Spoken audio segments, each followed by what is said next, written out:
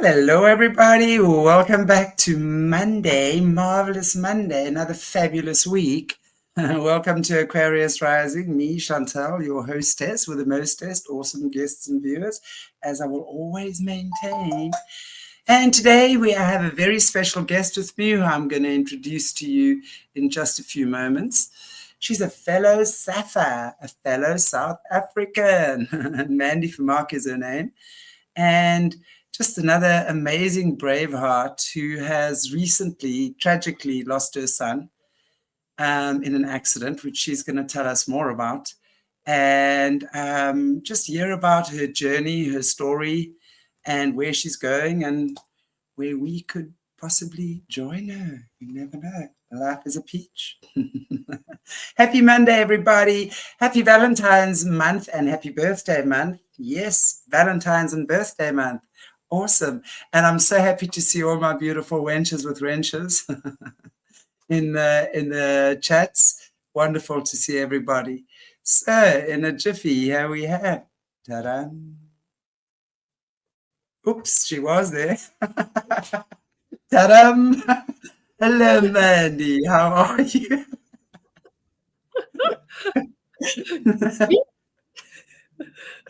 Goodness me. I took that away. I was like, click, click, click. Yeah, she is, finally. It's so good to have you, and it's so nice to have someone with my same accent. How are you? Very, very well, thank you. So good to have you. Yeah, and you are currently in Dubai. What takes you there? Are we allowed to ask you these things? In some Sheikh's palace or something, or what's going on? With the mission, so let's leave it at that.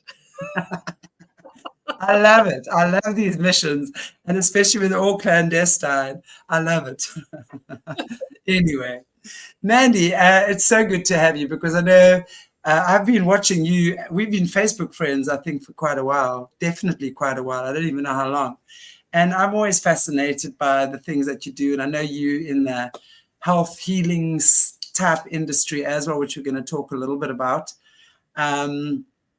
But one of the main reasons, in fact, the main reason that I've asked you to be at today as well is because as a healer myself, I just find stories like yours so incredibly inspiring. I know a lot of our viewers in the chats have had similar type stuff happen. A lot of our viewers are survivors of some horrific atrocities as well. So I have to say we have quite a fabulous little community here. And it's wonderful to have you join it. And so I'm just going to hand on over to you and maybe just ask you to introduce yourself to our beautiful audience here at Aquarius Rising Africa and Solutions with Shanti. And let us know a little bit about yourself. Cool. Okay, so as you all know, my name is Mandy Vermaak. So also wonderful South African living in the Garden Route. Absolutely love it there. And so I have been doing something by the name of Scio for a very, very long time, probably over 18 years. And then a little over, let's say about 13 years ago, I had a wellness practice in George. I used very different modalities to support my clients' well-being. I had 3 spooky machines, Rife machines that what I used to call zap. I would scan and zap them and then send them on their merry way. I also had crystal light therapy. I'm also a Jigad and Reiki practitioner. So I've done a fair amount of wonderful therapies along the way to help those individuals turn to more natural solutions, as I always say it. And that's really my background. Yeah, I think I gravitate in that frequency and that wonderful energy. The healing world, absolutely, most definitely. Interesting you mentioned Spooky too, because we are great supporters of Spooky 2 on this show. In fact, they've been sponsoring our show for maybe 2 years now. Spooky 2, we've been working together. And I must say, I've just recently received their new little Hiwi. Wow, what a baby. I'm so excited to start using it. plasma tube, and I had the round ball. I used very extensively in my practice. So I would scan, and then I would just lie that wonderful plasma tube next to them, and I had the most amazing results with my clients. Yeah, no, it's an incredible. I mean, thankfully, I'm pretty healthy, so I have few things that go wrong with me. But my mom has recently had health problems. She had a bad fall about a year ago, and that's had a knock-on effect to a few things. But I got to tell you, I've been using some patches on her as well as the Spooky 2 machine. And man, I cannot believe the difference. It is unbelievable what natural healing frequencies can do compared to chemical medicines that these guys put us on. And I know I don't want to say too much and go into too much detail here because I'm forever getting struck.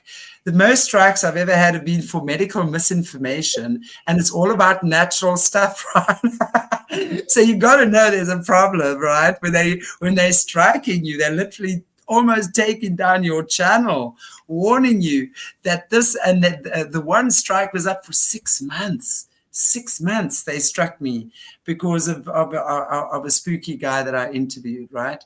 And I mean, it's definitely, I mean, it works. And we've just got to, you know, as we as the collective shift more and more to that consciousness, I mean, it's going to become easier and easier. And that's why we do these shows.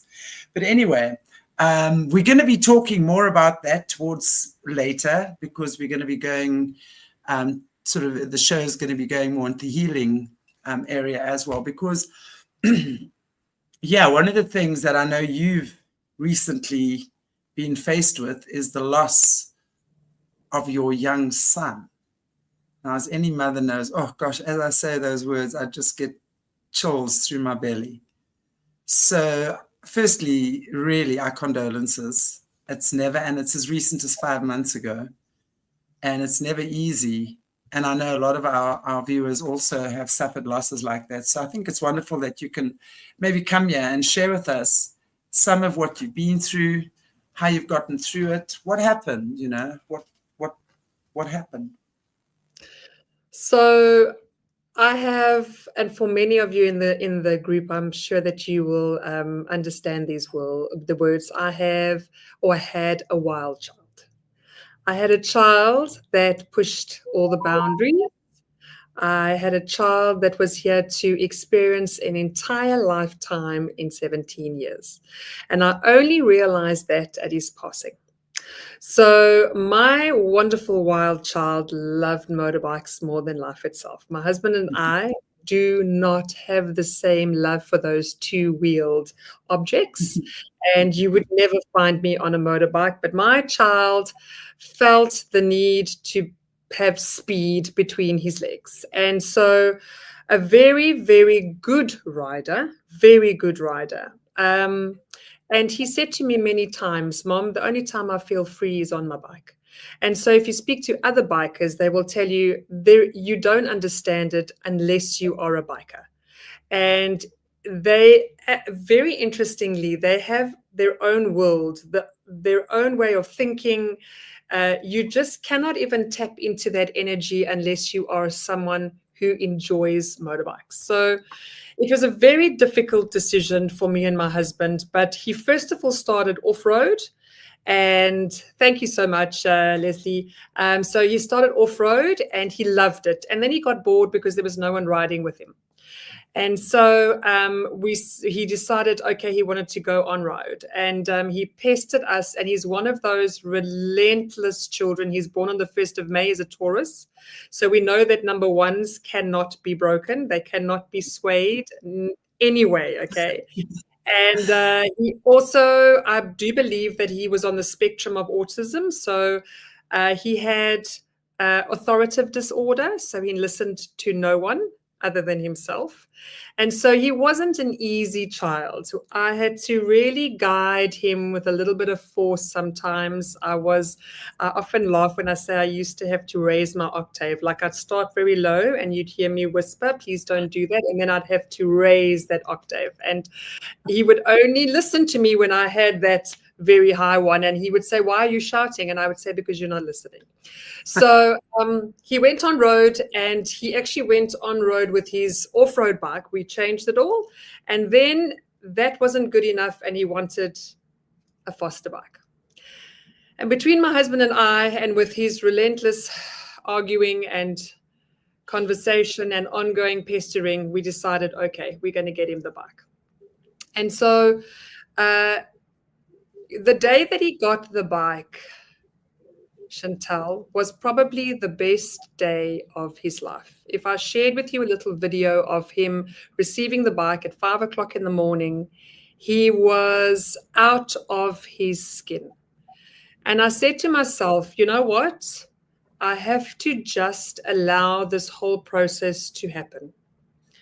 And when I look back on it now, I can say that. But when at the time, it was so difficult for me to just digest his love for motorbikes. And I will say something very interesting.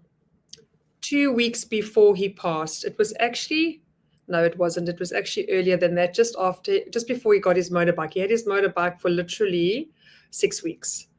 About 2 weeks before he got his motorbike, I looked him in the eye in the kitchen the one day, and I said, "Sky," his name was Skylar. I said, "Sky, am I not buying you a death wish?" And he said to me, "Mom, if you take away my bike, you will take away my air. I will go into my room and I will never come out again. And you'll have to deal with that." And I said to him, "Okay, then I'm going to release myself from what might happen in the future. I'm going to cut myself off from that, from the telephone call that I might get one day if anything happens." And he said, "You need to do that." It was such an interesting exchange. It was almost a higher self-exchange more than our physical. And I said, okay. He gave me a huge hug, and he said, "Do you feel better?" And I said, "I feel much better." We never spoke about it again. And so Skylar was riding on a road. He was doing a wheelie, which he shouldn't have been doing. And in his mind, his motorbike had a wheelie control, so it couldn't go back, but he didn't realize in his immaturity that it could go sideways. And so riding down the road, he got swept in by a wind. That day, it was exceptionally windy. And so riding down the road, he got whipped into the oncoming traffic, and he got hit by an oncoming car. So as horrible as what that sounds, I can take the good with the bad on that day. That he had no suffering because he was dead on contact. That I didn't have to put him on machines and keep him alive and then decide if we were going to switch it off. So between those two realms, I took the good and said, you know what? It was instant. He never suffered, and he was gone. And I want to share that afternoon, I had the most amazing lunch with a very, very good friend of mine. And we chatted about Skylar. We chatted about the new bike. And I said, oh, my word, you don't understand. He's a completely new child.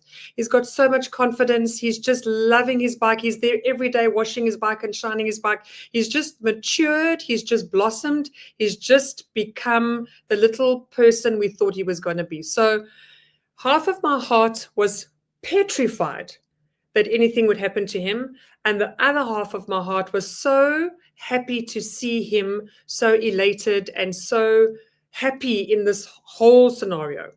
Because he also struggled a lot. He struggled a lot with school. He did not fit into school. His authoritative disorder was a big problem in school because, unfortunately, what happened is most teachers bullied him because he did not adhere to what they wanted him to do. And he stood up for what he wanted. I mean, his previous principal said to me, if he doesn't take up being an advocate, he'll be wasting his talent because he can have a full-on argument for 45 minutes with fact. So a very interesting child. And so where was I going to go now? Because now I've gone off my train of thought. Help me, Chantelle, because it will happen today. No, I'm sure it'll happen today, and absolutely no problem. No, we were just talking about you got the bike. Yes. So I was having the Yes. lunch with my friend, and as I left, I went to go and get a little present for someone, and I was in the mall, and when I came out, I got a message from his very good friend, and he said to me, Auntie Mandy, you've got to get to the accident. They've got to get to him. Scarley's had an accident, and it's really bad. So I got in my car, and I was just went absolutely cold, and I got in the car, and I raced out of the mall in George. And George has got one street, it's called Courtney, that if any of you have been through there, you'll know that that's quite a busy street. Anyway, as I drove up, I saw that there was so much traffic. So it had been stopped from both ends, and I knew that I couldn't get through there to get to him, so I had to park. And Chantelle, can I tell you, it was probably the longest 100 meters of my life. So the more I tried to run, the less I could because I couldn't breathe. I just simply couldn't breathe. And so as I got closer and closer to the accident, I saw the bike. And so I knew that it was bad because the bike was completely mangled. And so as I got to the accident scene, there was a car in front, like a police vehicle in front that I had to go around. And as I got there, a traffic officer grabbed me by the arm and said, "Are you family?" And I said, "I'm his mum. Is he okay?" And he said, "No, he's not." And as I came around with the traffic officer, he was lying on the ground with a silver blanket over him. And so I know that people will say this is just the absolutely weirdest thing ever. But when I got there and I saw that, and already you must remember that from what I've been doing with my therapies, I'd already been processing. So it sounds weird, but as I was walking, so I was processing. And so I had tapped into You would have known. Yeah. So I'd already tapped out to deal with what I was going to deal with. So when I got there and I saw him, and also because of my knowledge, I quickly, in a split second, had an overview of his body. And I could see the way his legs were situated, his arms were situated. So from the impact, the front part of his helmet actually broke off, and his helmet flew off. From the impact, his gloves flew off and his shoes flew off, and he actually flew to the other side of the road. So from a quick overview, I knew that that little body was broken in so many different ways. It just wasn't even funny. I think, to my saving grace, thank the Lord, he was actually in one piece, because it could have been a decapitation because of the impact, and it could have been much, much worse. So I get there and I think, okay, well, he's together and he's dead. So as I'm walking past on the other side, I cannot tell you, it seems like it was hours, but it was minutes, where I said to myself, right, now you have to put your big girl panties on, and now you have to deal with this. And amongst all of this, obviously, I'm going into my human aspect of I am sobbing. I don't know what to do with myself. And there's two people at the accident scene, and thank goodness, it was Scarlett's little friend's dad. And he just grabbed me and he said, "I don't know what to say to you, but this could have been Alex." So in amongst all of that chaos, it took them 4 hours to take him off the road because it was a homicide. They couldn't move him, so they had to measure everything. And then I had very good friends of mine come, and they helped me. So these were two humans that I wouldn't have had any other humans with me at that time, because they're the only two that actually understand us. And so they came, and she actually suffers with personality disorder. She's got loads of personalities that she's dealt with over her trauma. And I never thought twice of how she would actually deal with my trauma. So, but she also used the trauma together to actually help her evolve. And she just finished dealing with all of her personalities.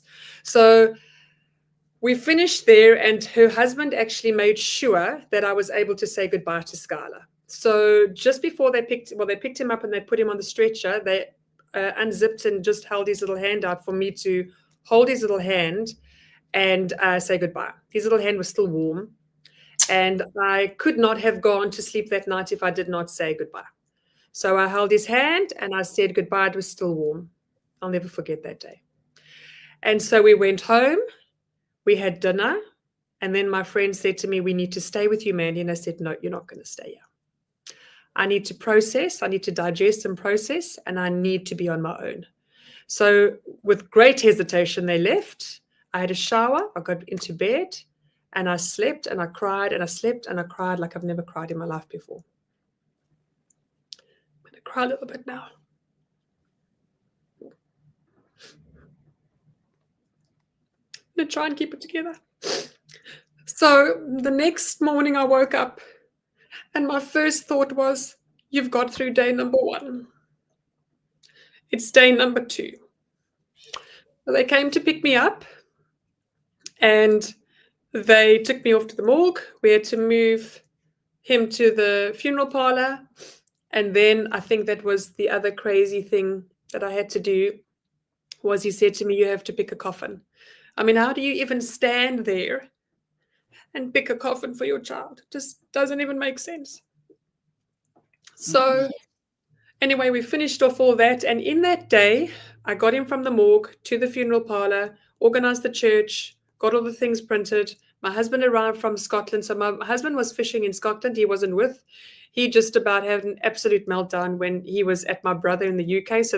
So his business, his company actually flew him back business class to get back to me in time so that we could go and see Skylar. Anyway, we had a viewing that afternoon on the Friday that happened on the Thursday on the Friday. And so we could just see Skylar. And I can say really honestly, I'm so grateful that he was together. There was no real damage on his face. It was very bruised on the one side. They patched up the one little, his forehead. And other than that, he was Skylar. And I'm so forever grateful that I could still say goodbye to him. Like, it wasn't terrible that I couldn't look at his face. It was just him sleeping. So that stays in my mind. And that's the little memory that I hold very dear of him. And so we had a viewing for Skylar on the Monday. And then on the Wednesday, I had a viewing, close coffin, for his friends. And this is where my journey, my renewed journey to get to know my child started. Because in all honesty, whilst my child was alive, I actually didn't know him. He was quite an introverted person at home. He didn't share a lot with me, although he shared everything, if you understand that. He shared nothing but everything. And so I never knew what he was doing. And only afterwards did I realize what an amazing soul he really was. So we had 45 children come and say goodbye to him. Many of them coming out hugging me, but not just a little hug. And you'll laugh, Chantelle, but I have a boundary. Like this is my auric field, and don't come near my auric field unless I invite you in. This is my zone, and don't come in my zone. Okay, I'm not one of those huggy white people. I will hug you when I feel that it's necessary, but don't come and huggy me, okay? So I really had to allow myself the space to have these children really give me a hug because it's what they needed. And each one of them said to me, Auntie Mandy, we want to thank you so much because we know that you did this for us. We know that you did it at 3:00 so we could come from school to say goodbye to Skylar. And so each of them went in and gave me a hug. And then as they came out, they started telling me stories of what Skylar did for them, which I was unaware of. And very often, it's going to sound really weird, very often children, my house was like a highway of children. It was constant in and out, in and out, in and out of all kinds of children. And sometimes I would look at these dear little souls and go, where on earth did you pick up this little human being from, or this little soul? And I mean, I never want to judge because I'm not that type of person, but I would often say, just by character, and, many of the little girls would come in with their black hair like this, and then they wouldn't even look sideways. I mean, they'd look like, the Addams Family. And I'd go, is there anyone inside there? Hello, sweetheart. And then they'd go, hello, Auntie Mandy. Honestly, not your normal little kiddies that were like, they were really special. I call them special children. Anyway, but they would go in Skylar's room. They would spend hours there with him and then go out again, Baba, Auntie Mandy, and then off they would go, And so I left it because I really felt like this is a skill that you learn in your life, who to be friends with, who to not be friends with, because there's an interaction and there's an energy exchange. And who are we to choose that for our children? our children are here and we are supporting them in their journey. And so I allowed free reign with boundaries, because some of them were really not kosher sometimes. so I only realized afterwards what he did. He saved little souls on planet Earth. So he took those little birdies with broken wings and he would fix them with the little bit of information that he had in his 17 years.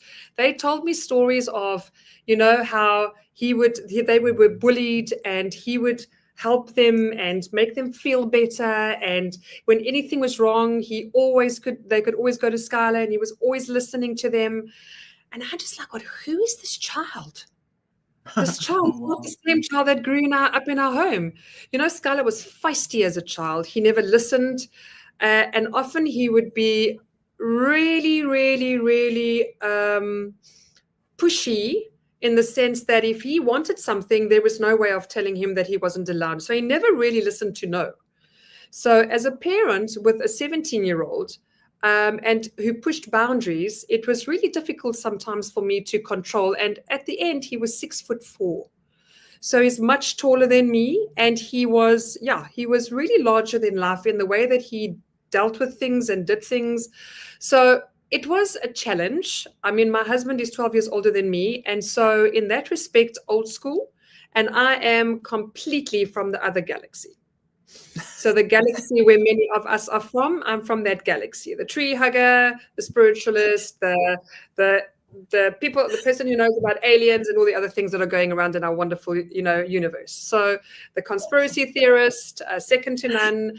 And so welcome to the community. That's all of us, yeah. Exactly. And then my husband is that other wonderful human that is Christian orientated, dogmatic, does not look at the world like me. So two very humans together, but we produce the most incredible soul. And for that, I am forever thankful. So I think that's basically it, Chantelle. And then, it was just the understanding of life and death that got me to this point. So Janice says, such a selfless mum and son. Thank you, Janice. So, I think from there, I can share possibly now what got me to this point. And I think it's my understanding of life and death, and also what I've been doing with Scio for possibly over 17 or 18 years. So I dealt with a lot of this, with trauma, with people that have passed on, and making sense of where they are and how they can shift from that place and move on. And so I think it was one of the biggest things that I ever had to do was become my own client. So I had to dig really deep and I had to say, well, and it's very easy to run away from your own eyes, right? But when you catch yourself, and the day you catch yourself and there's no getting out of this one now, you may as well. That's a beautiful day, actually, isn't it? That is a beautiful day when you're no longer into deceiving yourself, right? When you actually just come clean with you. That is very profound. It's a beautiful day. So it was a humbling day, should we say. Indeed. So I had to reflect and I had to take a big, deep breath and I had to take a step back from the experience, because in my business, I know what we're coming here to do as a soul. We've got a contract, we've got experiences, we experience the experience, we feel the spectrum of emotion, every spectrum.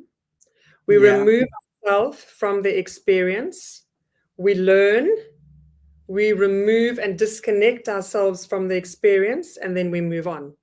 One of the hardest things to understand as a human. So what do most people do?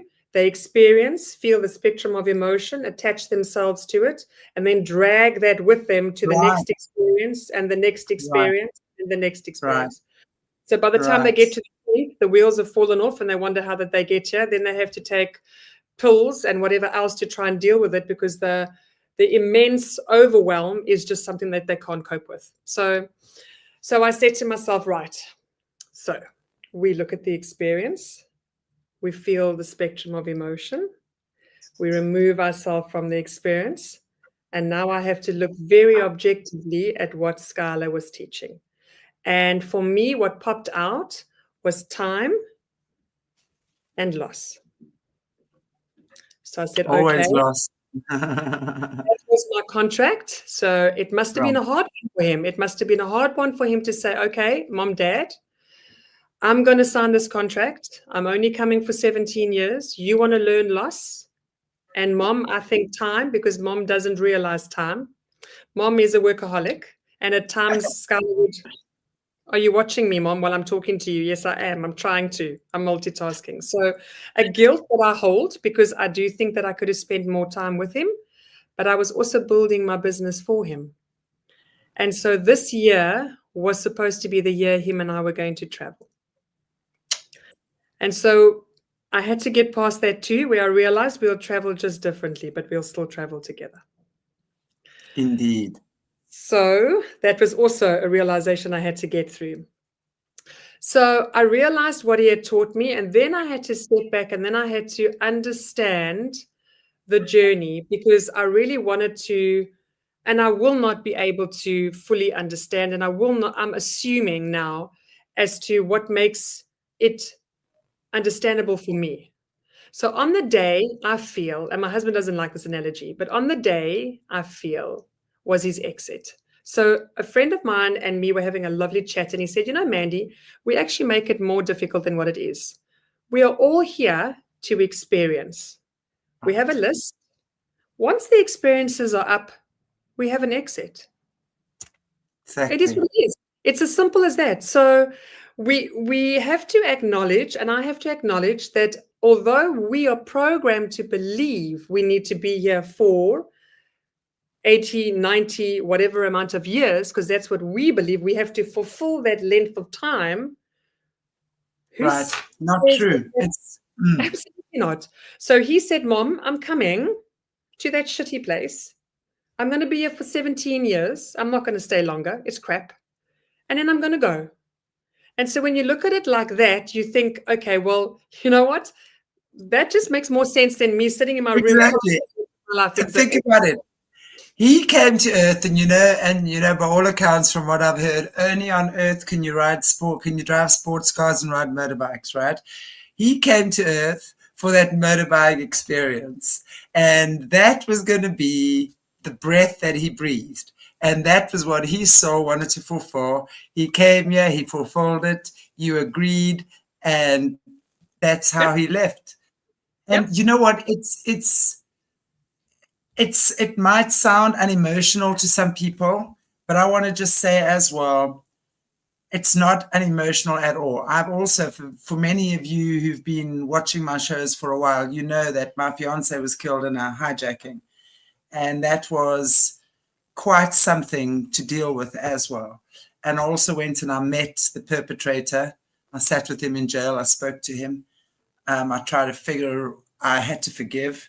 It was a whole process of forgiveness. And I always maintain, had it not been for that experience, I would not be sitting here today. I always say, Hannes, he was an Austrian. He died for me, because his death, and it doesn't feel like that at the time, his death was such a catalyst for change. And I mean, I knew I'm born with spiritual gifts, and as you say in Afrikaans, met die helm gebore. Ons weet waaroor ons hier praat, right? Met die helm gebore. My mother's RH negative, I'm RH negative, blah, blah, blah, so, but at the end of the day, we come, I understood, sorry, I'm just trying to find the right words, just like the right way to frame this. My belief is definitely we had a contract together. We came, and I want to tell you, he was also an Aquarian like me. We met on a blind date, which I'd never even been on before. And it was a black tie do, right? and I was like, and I'm never late for anything. I'm always like a few minutes early. And we were sitting at this table, and oopsie, let me just get my camera back on. We were sitting at this table. There I am again. And I arrived. So he was sitting on the opposite side and I was sitting here. And he could not speak a word of English right at this stage. He just arrived in South Africa. I could not speak a word of German, right? So I looked at him and I said, but aren't you supposed to be sitting here next to me? Like, what's the problem, dude? He gets up, walks across the table of the black tie-do and sits here. And I thought, cool, he's a keeper. You know, so we had and it was really amazing. He was an amazing man. He was super bright. He was just, we had lots of fun together. He was and when he left also, it was, he was taken out in a hijacking. I had to go and identify the body a couple of days later at Brixton, murder and robbery. You can imagine how much fun that was. No, not Brixton. That was Hillbrow. Hillbrow murder and robbery. I had to go. And then, I mean, just when they haul this curtain and you see that, it was the shock of my life. That gave me PTSD for a while. But I want to tell you, and then the cops phoned me and they told me they caught the guy. And they wanted me to go and see him. Well, I wanted to see him, but whether they agreed or not was up to them, right? Because he was in Bloemfontein. That's where they got the guy, long story. But when I went in there and I met the dude, I couldn't believe, because firstly in South Africa, we are programmed to believe it's black people who do that. Not at all.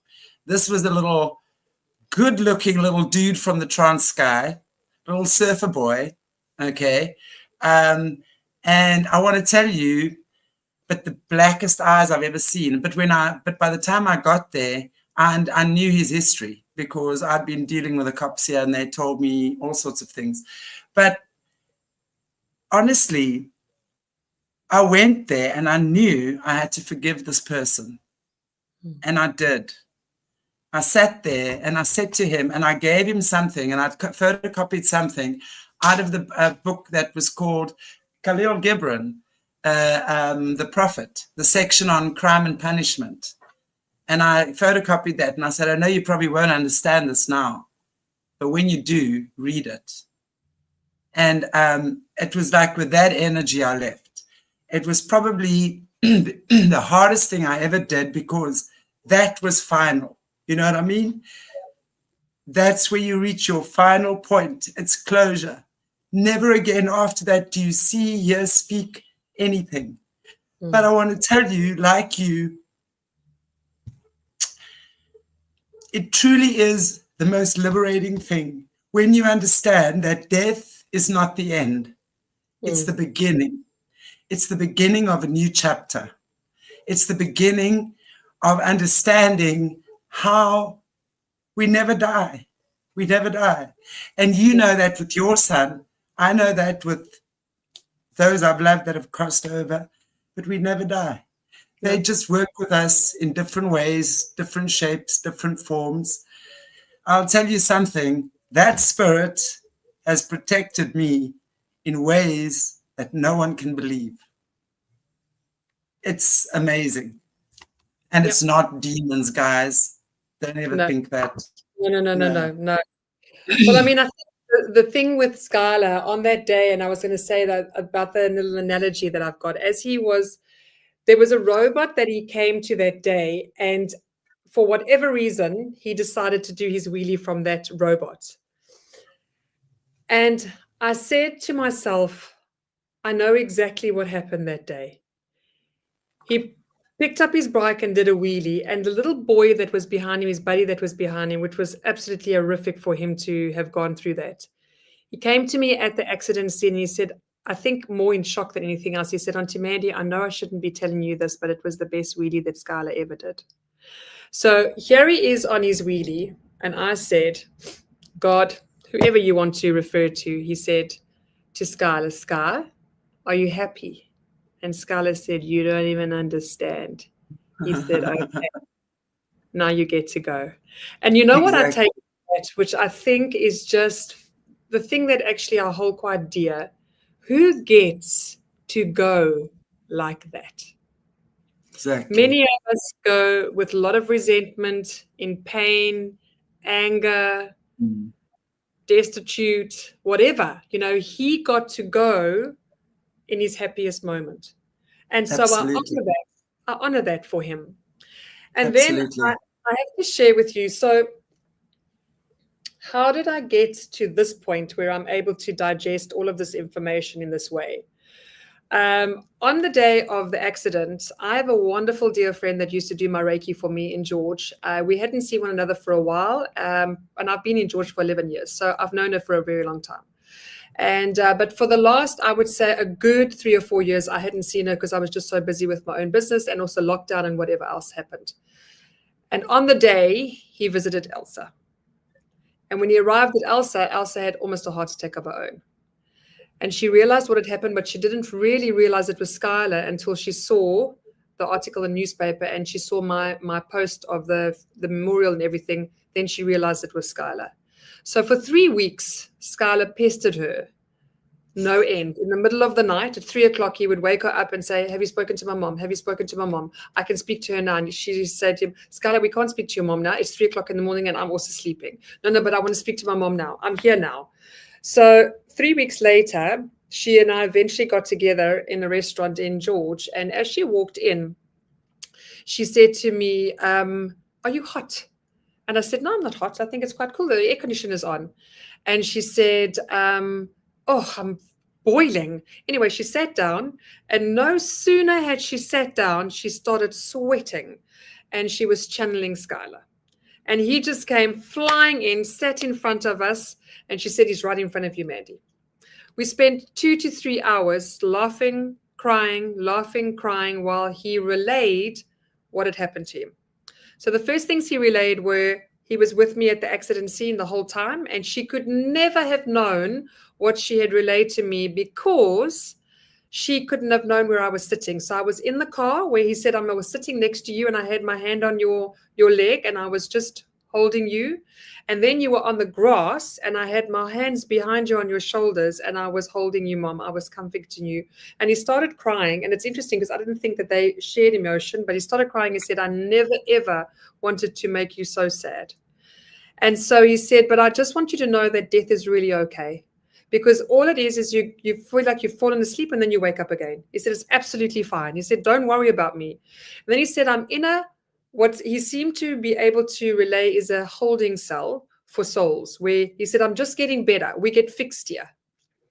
Yeah. And then he said, "I'm here for a little while but don't worry, Mom, I'm always with you." So we had a long conversation and we shared some things, my guilt about not spending time with him. He said to me, "Mom, you don't have to worry about that anymore. I could have spent time with you. I could have stopped playing games and I could have come and spent time with you." So at the end of that whole conversation, what I do hold very, very dear is that he said to me, "Mom, I fired your guardian angel and I am now your guardian angel." He said he wasn't doing his job. "I will be with you till the day that you die." He said, "I'm not going to come back. I'm this side. I'm staying this side." And he said, "I've got lots of work to do here." And he said, "This is where I'll be, but I will be with you until the day that you pass on." And so that is what keeps me going every Absolutely. single day. And that is so true because there are so many stories, so many reports. I've seen it as well, just with people over the years I've worked with, how the death of someone, and as you say, loss, death is never about the ones that cross over. It's about those of us that are left behind, that are learning to deal with the loss. And it's so insane how many people actually don't get over that loss. For me, that loss was something that I gained so much from at the end of the day, and still am. I would not be sitting here today had it not been for that. That I know for sure. I'm not saying I wouldn't have followed a great path, but I wouldn't have been sitting here doing what I'm doing, because situations like that have the ability to transform you completely. They can either make you sink or they can make you swim, you know. And now we're swimming the butterfly, babe. We're swimming the butterfly in the tidal wave. Chantelle, I can say that was one of the things that I said to myself that day. I said, Mandy, you've got two choices now.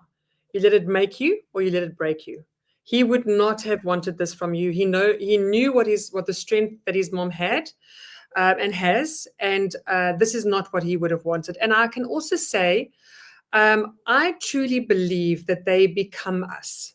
When they get onto the other side, Yes. they have a way to become us. They become, Yes. he said to me, don't think that I'm next to you anymore, Mom. I'm in you. Yes, And absolutely. he said, I know that if I'm sad, then that sadness is drawn onto him. So I think, you know, for many of us, and I totally understand if you cannot move past this, I really do understand. But the thing is that I said to myself, if I sit at home and I start crying for the rest of my life, it's a waste of two lives, not just one life. Yes. And it's not a waste, but it's you know what I mean? It means like, you know, I've wasted my journey, because each of us have a journey, and I know what I'm needing to do. I know that I've got a lot more experiences to have. I know that I can help a lot of people with what it is that I do with my business and everything else that's surrounding me. So I cannot, that would be sacrilege if I did not fulfill my own journey, because that's what we're all here supposed to be doing, is fulfilling our journey, going through our experiences, exiting and coming back again. I do want to say to myself, it's note to self, I'm not coming back again. The end of this one. I'm done with this shit. I'm going to some higher planetary system, please. Not here again. Yeah, it's been a long 5 months for me. And in fact, what I did do is I went on a 5-week holiday soon after Skylar's passing, because I think it was my saving grace. It was actually all pre-booked before it even happened, and it wasn't something that I could just change. I'd already spent a lot of money doing it, and I just closed my eyes and I said, I don't care who thinks what, ever, I'm going. And it was the best thing I could have done, because it kept my spirits up, because I was doing a lot of exciting things at the time, and it helped me bridge that grief bridge a little better. And it's helped me digest and move on from here a little easier. Absolutely. Absolutely. I think many of us have agreed that this is it. Time out after this, right? But it's amazing, you know, when we just give ourselves that time. And even though with our very strong rand, we can't go to many exotic places, can we? we got to find Belleville by the sea or something. No, I want to say something, Chantelle, which I think that I need to share. Do not think for 1 minute that I do not have a bad day. Absolutely. So although I am exceptionally upbeat, and I think Chantelle knows this about me, I don't dwell in the low vibration and low frequency. I really gravitate in high frequency, and I really am a person who wakes up every morning, puts a smile on their dial, even through the worst part of my life. I maintain that high vibration. So do not think for 1 minute that I do not have a complete meltdown, which I allow myself wholeheartedly. And then I have a good cry, get it off my chest, and I move on. So, yeah, I have my good days, and I still have my bad days. And I think that goes for when you can see me just talking about going back there.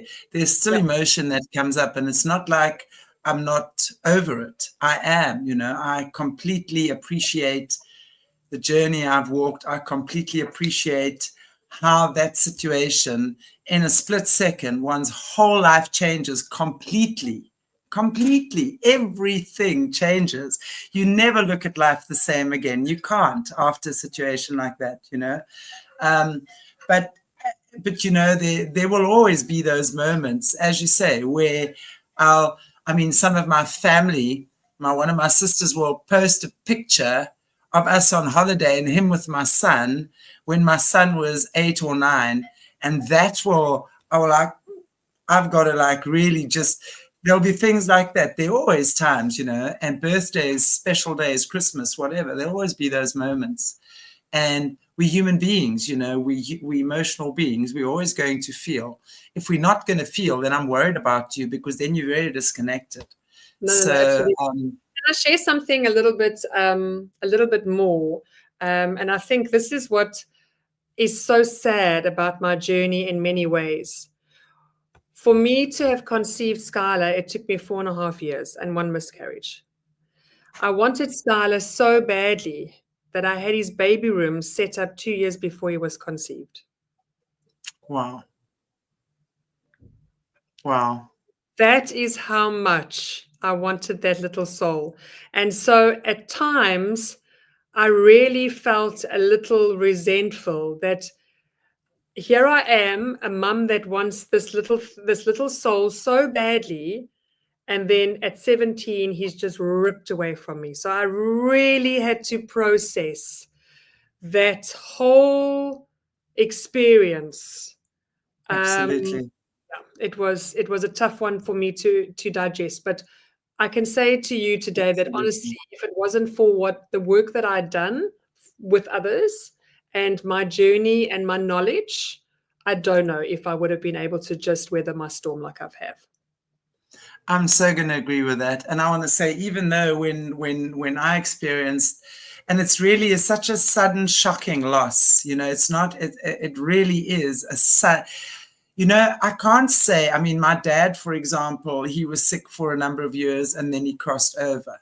But at least, with something like that, you get the opportunity, you kind of see that he's ailing. You get the opportunity to say your goodbyes and what have you, even though it's very difficult. There's still a massive hole that gets left in our lives. But when it's something like this, when it's so shocking, I mean, it's a massive impact on the human psyche to be able to deal with that. And I want to absolutely agree with you and say, had I not known what I knew, I grew up knowing that there's life after death, and we don't ever die, really.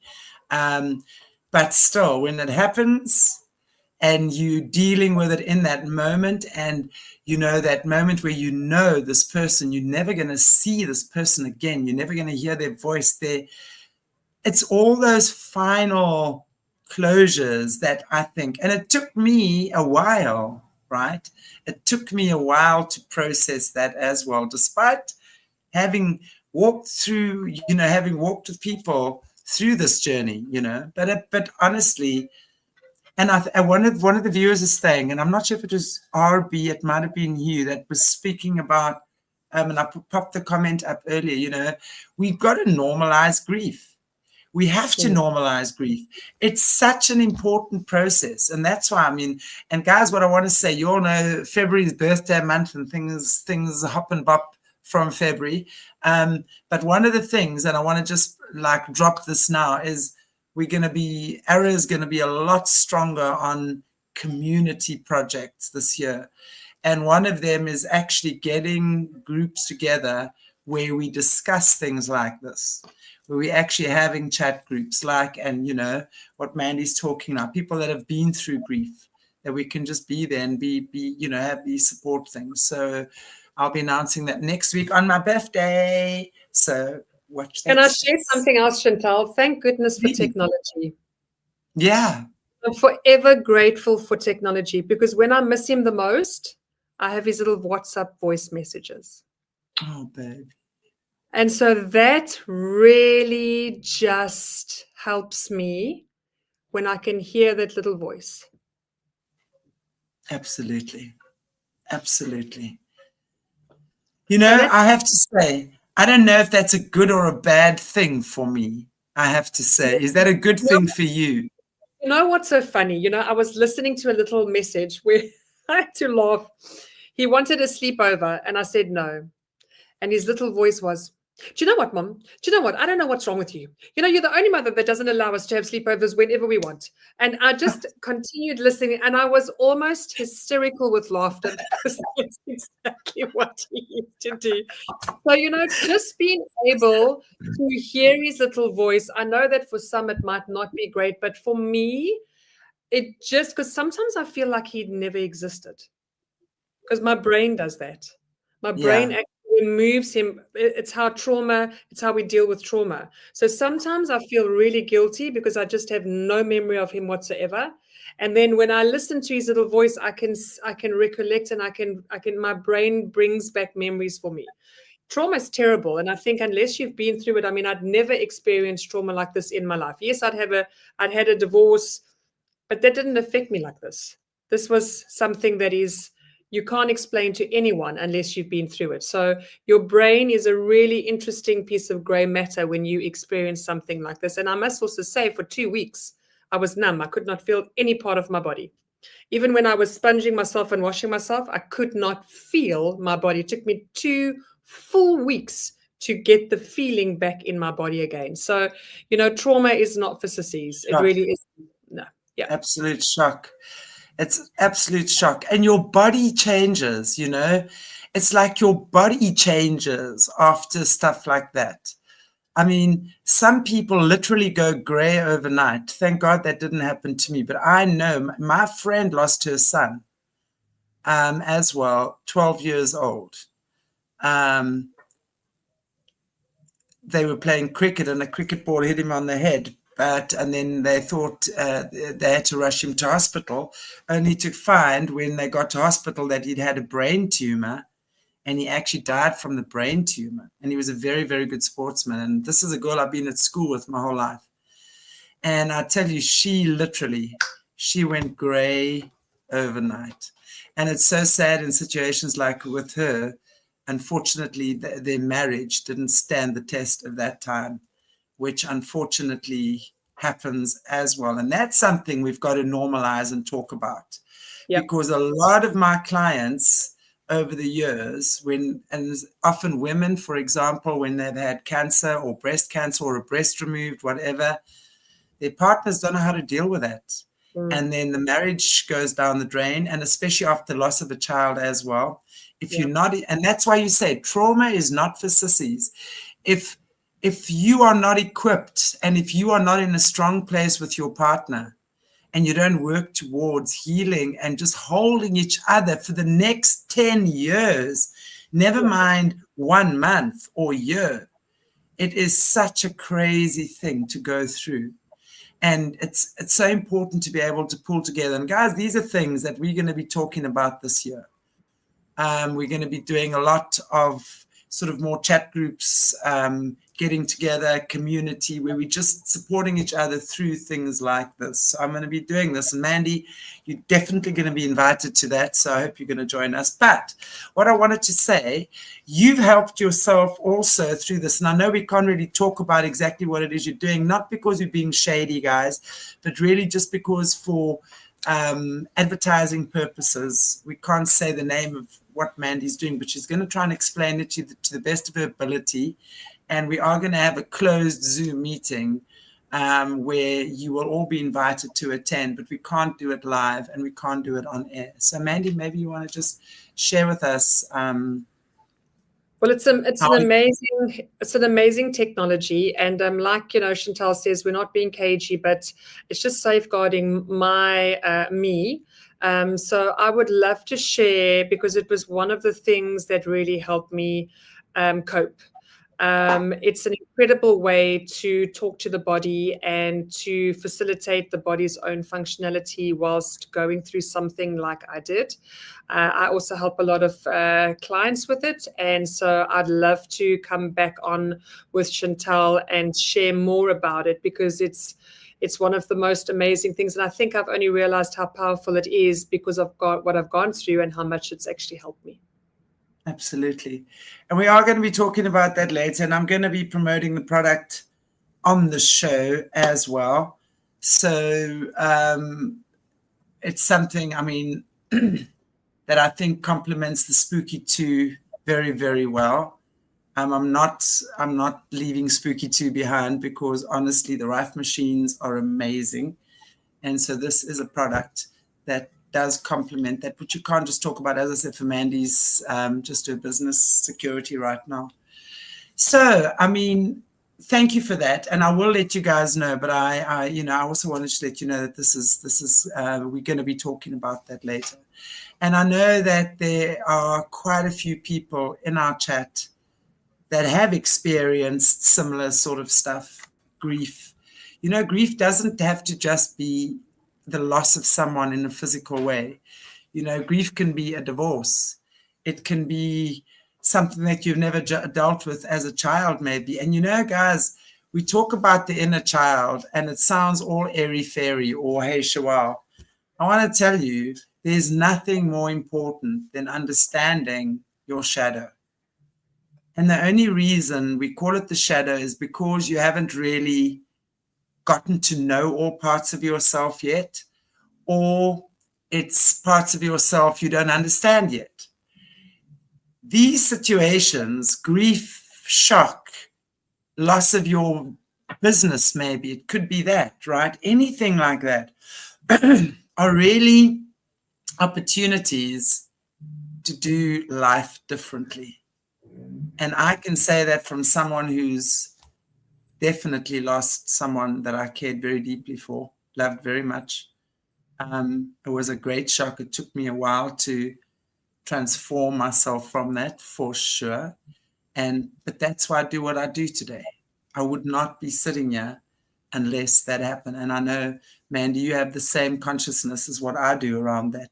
So I'm not sure if there's anything you would maybe still like to share with our viewers for today. No, I think I've basically shared enough of my journey. Okay. Well, I am so happy that you were with us today, Mandy. Thank you, thank you, thank you. And thank you so much to our amazing viewers.